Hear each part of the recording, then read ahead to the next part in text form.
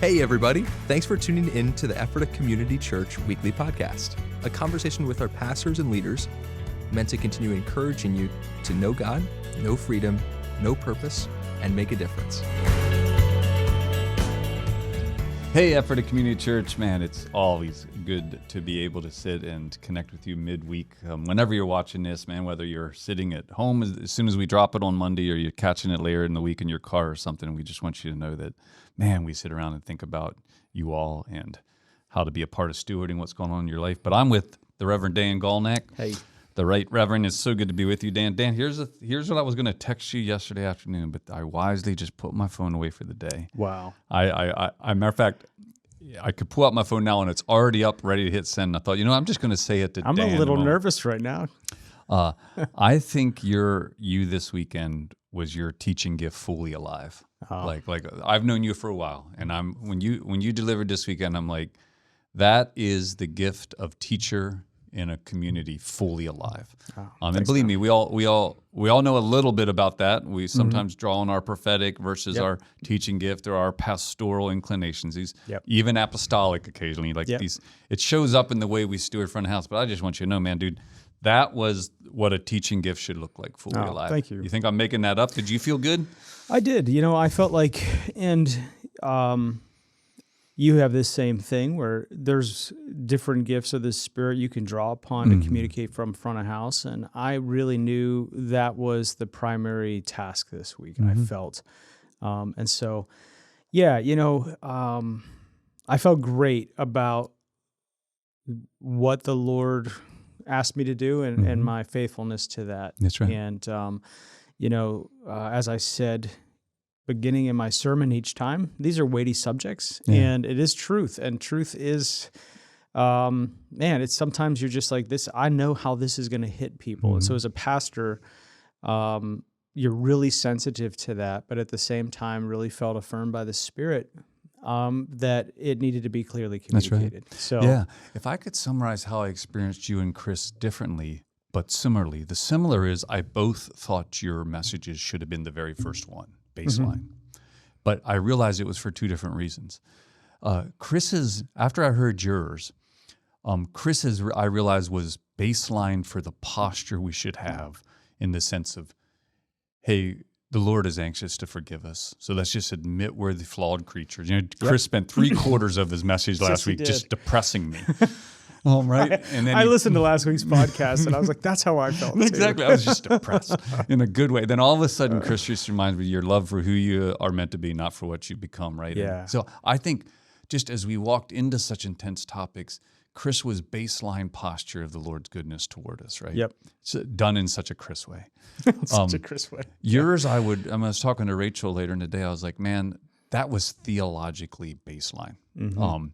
And what I mean by that, and I know different people have different relationship to that word theological, but like theological also means like right thinking about God. Yeah. Who God is in his opinion as the creator of the universe towards sexuality. Man, you dropped it well. I just want you to know that. Well, and that was the task. I mean, that's what our senior pastor asked me to do. That's right. He said, can you go to Genesis and can you lay a theological framework for which we'll build on the rest of the series? So I was like, oh, yeah, no problem, Kevin. No, by the way, Kevin does do that sometimes. He comes to us. Matter of fact, he's asked me to take one of the messages on spiritual authority in the spring, and I know that look when he looks at you and he's like, well, he might give me a little more rope to hang myself with, which is what you could easily handle more rope. But all that to say, I know that instinct, and I just want you to know that I think you nailed it. I want to ask you later, you were so disciplined to make sure you were laying the theological. I'm sure other thoughts came up as you were preparing this when you're like, if I had more time, I'd head down that direction. So I am going to hit you towards the end of this podcast with Dan, if you could have just threw in a seventh point, you cleanly did a ninth point, 4 and 4. I thought it was 3 and 3, but so I do want to ask you that, but I do want to spend a little time on some of them. Yeah, let's do it, man. The humanity was created. First of all, thanks again for putting this in the positive, right? Because naturally we have to deal with the fall did this. Yeah. Or even at the end when you beautifully said, hey, God's not trying to take away our joy. He's the inventor of sex. So before we start this this is a conservative, curmudgeonly view, I think you used, of sexuality. I love that you busted on us a little bit, and you're like, "Oh, a second, let's put this in the positive frame. That this is the God who came up with the idea of sex and gender and stuff. He knows how it works, right? Right. I just want to say, well done on that, man, Thanks, because it was just solid. But anyway, your humanity was created whole in our identity, our mutuality, our unity, our intimacy. Good stuff. Thanks, man. What would you add?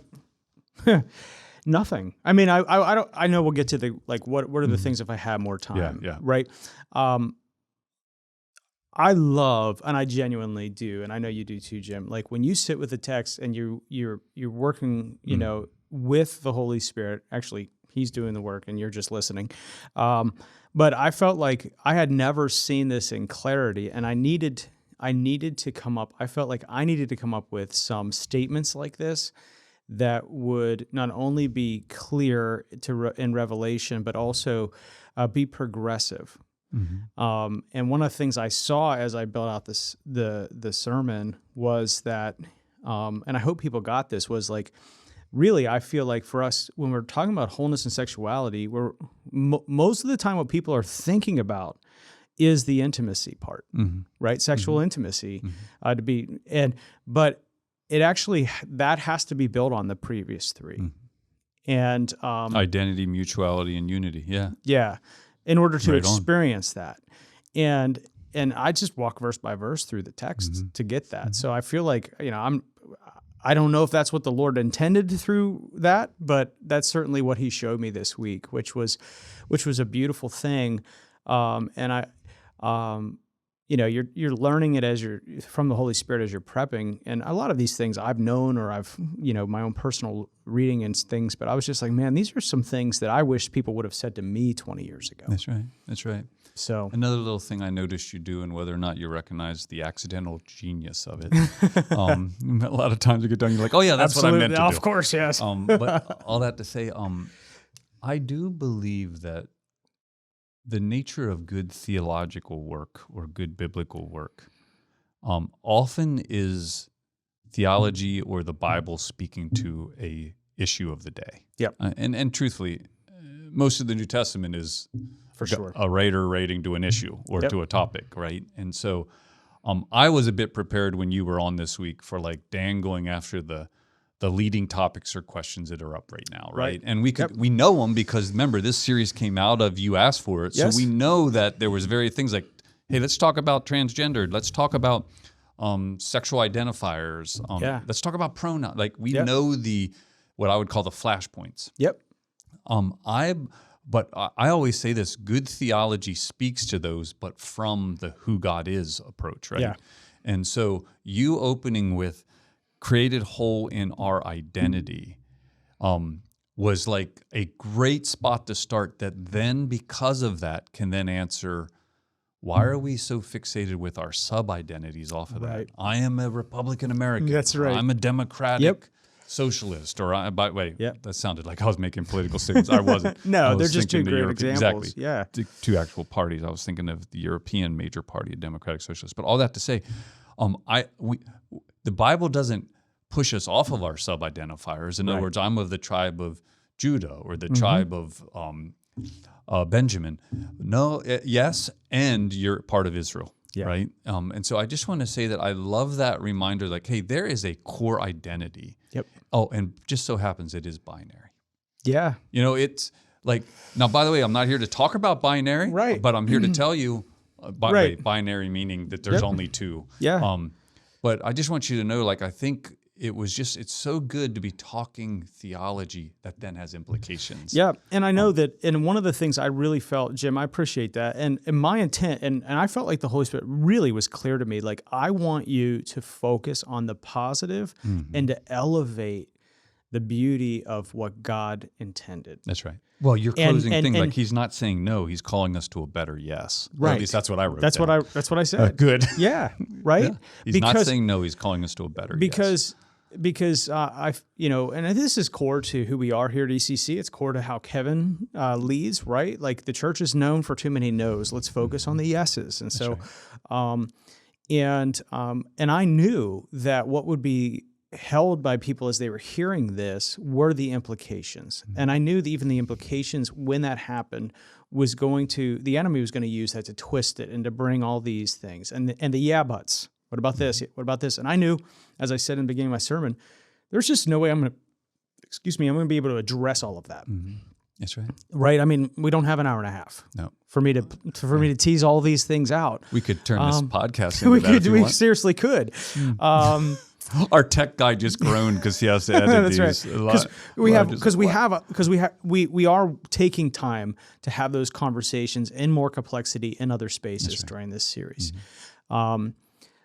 But I felt like the Lord really was like, no, I want you to elevate what the beauty and the intent was. And I think when it comes to anything transformational, that when we get to fix our eyes on who God intended us to be and what He intends for us, that draws us to transformation much more than speaking against every single thing. Yeah, man, well done. I just want to say that's why I get back to this being a theological baseline. I can't encourage you all enough. If you get another chance, this one's worth a re-listen, not just because Dan was homiletically great, but just like these are the foundations that we make so many decisions off. I'll give you an example. Yeah. Maybe one of the reasons I love that, created in our whole in our identity, male and female. So I think you all know that I like to pay attention to what people who disagree with me are saying. Yeah. So I tune into this one super progressive theologian just because he's really articulate. And in other words, when I hear him speak, I'm like, oh, if I wasn't in tune with orthodoxy, I'd probably be that guy, right? So I have this guy, and I listened to him in the last 2 weeks, partly because we're in this series. I'm like, man, I'm just going to go back and be reminded. And this is how he began his teaching on the same verse. He goes, we got to remember that when we come to male and female being created, already God already did so many other binary options like night and day, right? Sun and moon.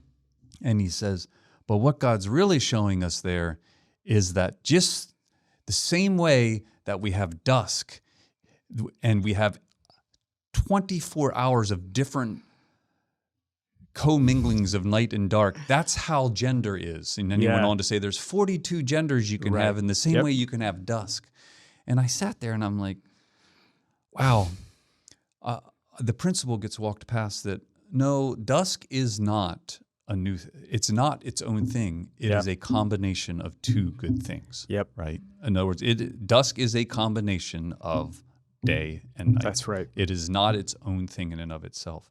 And so I oftentimes say this, that just because my son or my child might be slightly different in how they carry their four loves, the way they care about this world, they're ultimately delivering four loves to this world: eros, agape, phileo, right? And so I just wanted to say that maybe it spoke to me that you were pushing back on this other voice, by the way, that wasn't in my head, but I'm just aware of, like, when you were saying, like, hey, foundationally, our identity is ultimately rooted out of two identifiers. That's always given us, right? Well, yeah, and I mean, I even went into that a little bit. I mean, I got into, the teacher hat, the woods, about, even the Hebrew, and it's... Yeah, it was good stuff. And it's I just want people to see, like, even the way that the Holy Spirit inspired the biblical authors. If we look at the original language, which often shows complexities we can't actually articulate in English, that even in the way that the scriptures are written, we see that it moves from humanity to binary. That's right. And they would have had options. That's right. In conveying other things through Hebrew if they wanted to. That's right. That's right. So it's just important. It's very important, right? Now we know, hey, just so you know, I want to make sure we do this. Like, some of you might be listening to this and go, oh, my niece, he needs to hear this. Or you might be listening to it and also challenging or pulling at something just so you know, we're not afraid of chatting about the nuances. No. We know that the world is complex. We know that decisions, we know how the nature of the human soul right now, we know a little bit. So we're sitting here, and I think it's another thing that came through for the weekend is we're not naive to the fact that we see through a glass dimly. Yeah, for sure. Let's just admit, like, we all need to have what we always in the academic world called it epistemic humility, a humility about the way we go about knowing. Yeah. But I will tell you this: that if this community we have a baseline thing of knowing here. we're going to go back to this kind of male and female thing as a way to begin to talk from. Yeah. And it will continue through our next series, whether that's Kim Lovelock in a few weeks speaking on biblical womanhood at the 4:00 session on Saturday. It will be rooted in these 4 things that Dan so wisely and depthly put in front of us. But that just brings us to anything else. Like, granted, you had 30 minutes to deliver this in. What else was churning in your brain while you were doing it? Like, what would have been fun? Like, if I was doing a Saturday special talk, I'd probably want to drill into X. Yeah. So one of the things I think was that, and I think I hinted at it, but when it comes to identity and mutuality, one of the things I wish I would have had more time to spend on is how embedded in being created whole in those 2 areas is enough, and elevating the single life as a robust, complete life. I actually had that thought. Like, it would have been easy to be listening to this thinking that wholeness was within marriage, right? Which is why, and I did a little bit with the mutuality piece. I said, we're not just talking about marriage, we're talking about all humanity, male and female working together.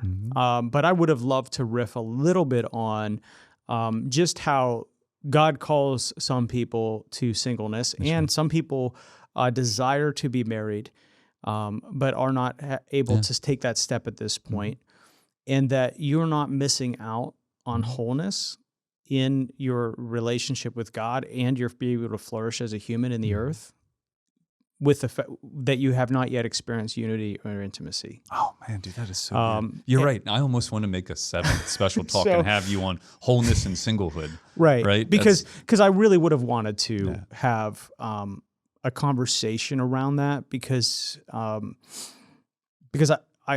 think when these conversations around sexuality and wholeness come into play, we can unintentionally communicate that unless you're married and is sexually active within marriage, you're not experiencing the fullness of what it means to flourish as a human in God's image. That's right. And so there it is. I mean, that's one of the things I really wish I would have had more time to speak on. And we want you all to know that's a perfect example of the nuance of this. By the way, we do have, I want to highlight as we're heading out of this session, I want to highlight some of the other discipleship offerings. One of them is, they're going to be promoted more this weekend. We have 4 specialty growth groups / connect groups that are happening. We purposely delayed their starts till March because of this series, just wanting to prime the pump. One of them is Sex and the Single Girl, right? And it's getting at this topic of what if singleness is part of your lifestyle, and also what do you do when you're in a season of singleness or called to singleness, and yet sexual understanding is a huge part of culture. How do you play with that? So we do have a special group just on Sex and the Single Girl. We also have 2 on Sexual Integrity 101. They're not just about porn struggle or something like that. Right. They are looking at the foundations again of what sexual identity is for both male and female. There's a guys and a woman's group for that particular topic, and then last but not least, freedom, where we're talking about those of us who might have gotten caught up in issues, soul ties, or whether or not pornography, just freedom in general. It's another great discipleship group. All of them are going to be starting in March to have time. So if you know someone who might be interested, please be tuned into particularly the e-news, where we'll talk more about what these groups are accomplishing. So yeah, I really want people to know, as pastors, and I'll speak for myself, not to drop the rest in, like, hey, we understand these things. We don't walk in perfection in any of these areas of our lives, and haven't always done that. And we understand these are complex and personal, but we truly believe in the power of God's grace to meet us in those areas. And so the transforming power of the Holy Exactly, the transforming power of the Holy Spirit, right? So like I ended, right? God who created you whole has the power to recreate you whole. Amen. And we're going to go after that. And it requires us to be honest, open, authentic, and maybe dive into places that we'd rather keep hidden because it's painful to bring them into the light. But I think part of what God is doing here and has been doing here in the work of the Holy Spirit, the presence of God, the prophetic words spoken over this congregation, our desire to go into this area and to bring freedom to this area, I really do believe is actually linked to that. There you go. Man, you nailed it. Hey, so let me just remind you of some upcoming things. Thanks again, Dan. It was a great weekend. Number 1, this Wednesday is our corporate prayer time. For 3 months, February, March, and April, we are spending some special time leading up into Easter pressing in as a community for some things we think God has said to us. This particular Wednesday, we're going to be looking back 20 years over the last 20 years, 4 different prophecies that we've received as a church, and we're going to pray into them and ask for the fulfillment of those things. There's 3 of them that have been within the past 2 years. Those in particular will be honed in on. We'd encourage you to come out and be a part of that unique event that night. Also, next week, Kevin's going to be diving back in to lead on the series. But the Saturday afternoon 4 o'clock talk, remember we're doing 5 special talks Saturday at 4 to 5:15. Meets in conference room AB, just to the left of the children's playground. Lauren Patches, who's our director of Thrive Counseling Services, will be talking about boundaries and trust. When you've had broken trust, what's it like to set up boundaries, etc. So boundaries and trust, the action of doing boundaries as you try to rebuild trust. We encourage some of you to check that one out as well. Yeah. Right? So good. It's really good. All right. Hey, we hope you have a wonderful week. We look forward to seeing you. Hey, thanks again for joining us today. We hope that you've been encouraged by listening. You can listen to previous episodes, find additional resources, and of course, learn more about us at EphphathaCommunityChurch.com.